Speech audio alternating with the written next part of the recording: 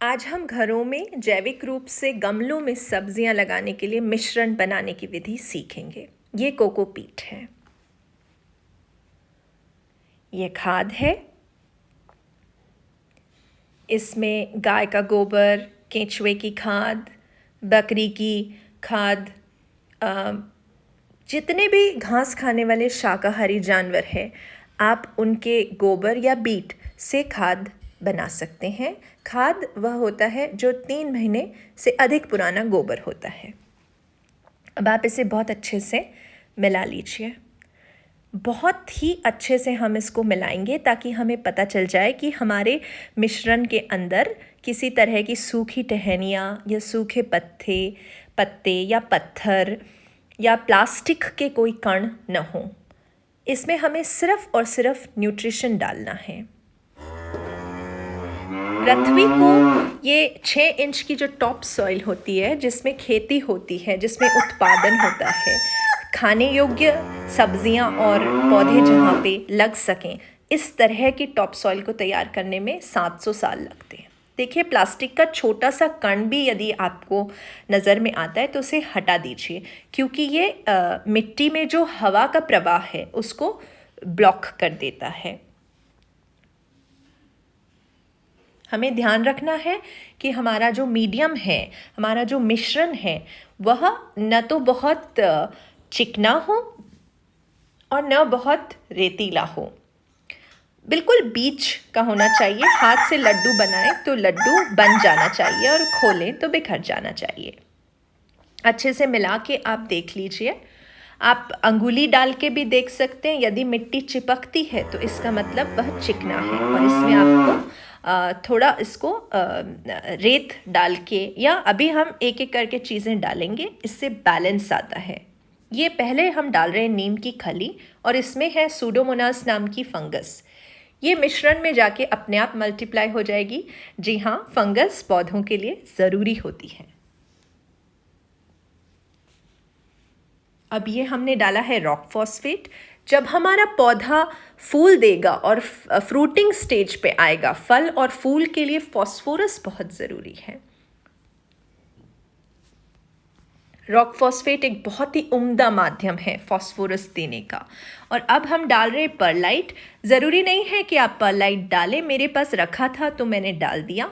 Pearlite पौधों की जो जड़ें होती हैं, उनमें जब टेम्परेचर फ्लक्चुएशन होता है, अधिक गर्मी या अधिक ठंड, उसको मेंटेन करने में मदद करता है। ये काम रेत भी करती है।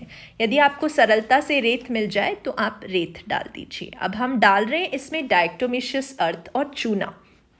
डायटोमिशियस अर्थ एक तरह का इंसेक्टिसाइड होता है। इंसेक्ट्स इससे दूर रहते हैं, कीड़े मकोड़े, जीव जीवाणु दूर रहेंगे, पर मैं इसको उस तरह से इस्तेमाल नहीं कर रही हूँ।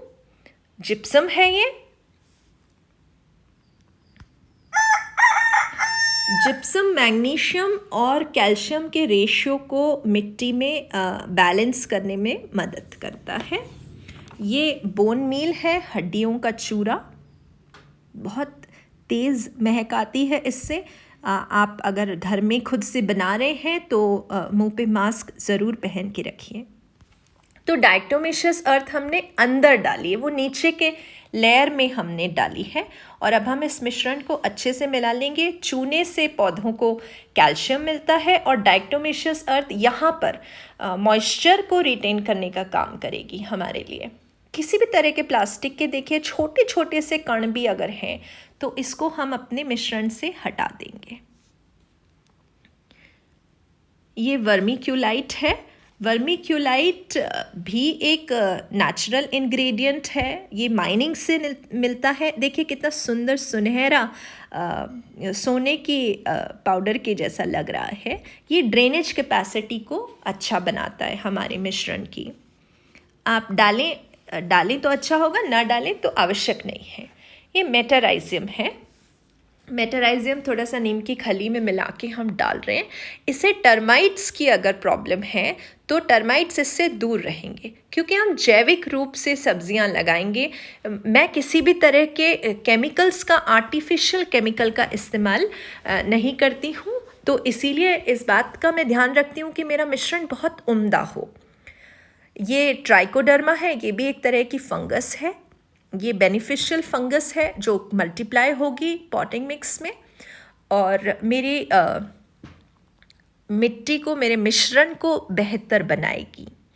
अभी इसको हम बहुत अच्छे से सारे मिश्रण को मिला लेंगे। इसमें हमने कोशिश की है बहुत सारे तरह के न्यूट्रिशन को डालना, क्योंकि मैं बहुत ट्रैवल करती हूँ तो मैं अपना मिश्रण पहले ही बहुत अच्छा बना लेती हूँ।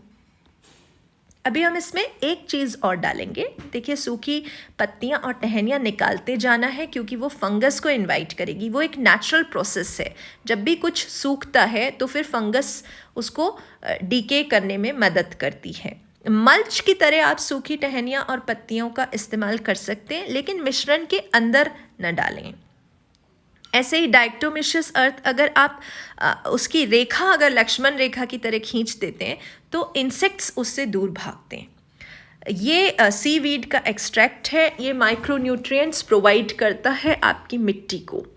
बोन मील से भी कैल्शियम मिलता है और माइक्रो ऑर्गेनिजम्स को निमंत्रण मिलता है, फिर वो अपना इकोसिस्टम बनाते हैं। 18 तरह के मेन न्यूट्रिएंट्स होते हैं जिनकी आपके पौधे को आवश्यकता है, पर मेरा मानना है कि उससे कहीं अधिक बहुत सारे माइक्रो न्यूट्रिएंट्स, मैक्रो न्यूट्रिएंट्स आपके पौधे को बेहतर बनाते हैं। हम इंसेक्ट्स को मारेंगे नहीं क्योंकि उनकी बहुत महत्वपूर्ण उपयोगिता है और हमारी सॉइल न सिर्फ हमारे पौधे का ध्यान रखती है, न सिर्फ हमारे पौधे को न्यूट्रिशन देगी, बल्कि उन इंसेक्ट्स को और उन बर्ड्स को, वो जो सुंदर पक्षी हैं, जीव, जीवाणु, कीट, सभी को नरिश करेगी। ये तैयार हो गया हमारा बेहतरीन पॉटिंग मिक्स। यदि आपके कोई सवाल हैं तो मुझे लिखिए, मुझसे आप संपर्क कर सकते हैं। मुझे बहुत अच्छा लगेगा आपकी मदद करने में, अगर आप घर में जैविक रूप से सब्जियां उगाना चाहते हैं तो।